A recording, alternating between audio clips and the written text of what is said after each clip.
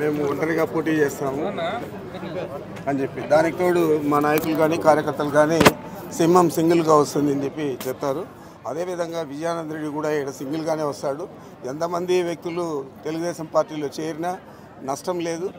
విజయం సాధించబోయేది వైఎస్ఆర్ కాంగ్రెస్ పార్టీ. ఇక్కడ పార్లమెంటుకు కానీ శాసనసభకు కానీ అత్యధిక మెజారిటీ సాధిస్తాం.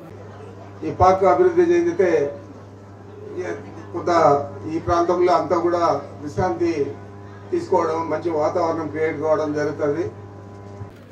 ఎందుకంటే జగన్మోహన్ రెడ్డి గారి 5 సంవత్సరాల్లో అనేక కార్యక్రమాలన్నీ కూడా పేదల కోసం చేశాడు.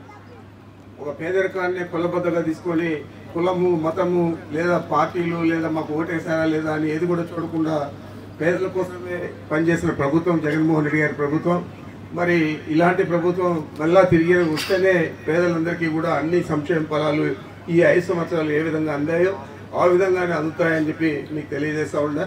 అంచేత విజయానంద రెడ్డి గారి గెలుపు జగన్మోహన్ రెడ్డి గారికి ముఖ్యమంత్రి అయ్యేదానికి దోహదపడుతుంది. కాబట్టి మా అందరూ కూడా విజయానంద రెడ్డిని మూకుముడి బలపరిచి గెలిపించాలని చెప్పి కోరుకుంటున్నాను. ఈ తరుణంలో ఒకటి చెప్పదలుచుకున్నాను. చాలామంది లబ్ధి పొంది మన వైఎస్ఆర్ కాంగ్రెస్ పార్టీలో అనేక రకాలుగా లాభపడి వీళ్ళందరూ కూడా ఇప్పుడు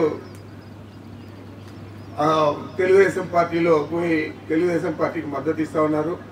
మరి అందరూ వెళ్ళిపోయినా పర్వాలేదు, జగన్మోహన్ రెడ్డి గారి ఆశీస్సులతో విజయానంద రెడ్డి సింగిల్గానే ఫైట్ చేస్తాడు.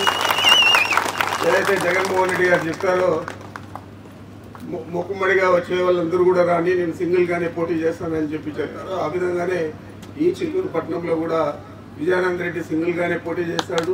మనమందరూ కూడా మద్దతు ఇచ్చి గెలిపించాలని చెప్పి మరీ కోరుకుంటూ నాకు అవకాశం ఇచ్చారు. మీ అందరికీ నమస్కరించుకుంటున్నాను.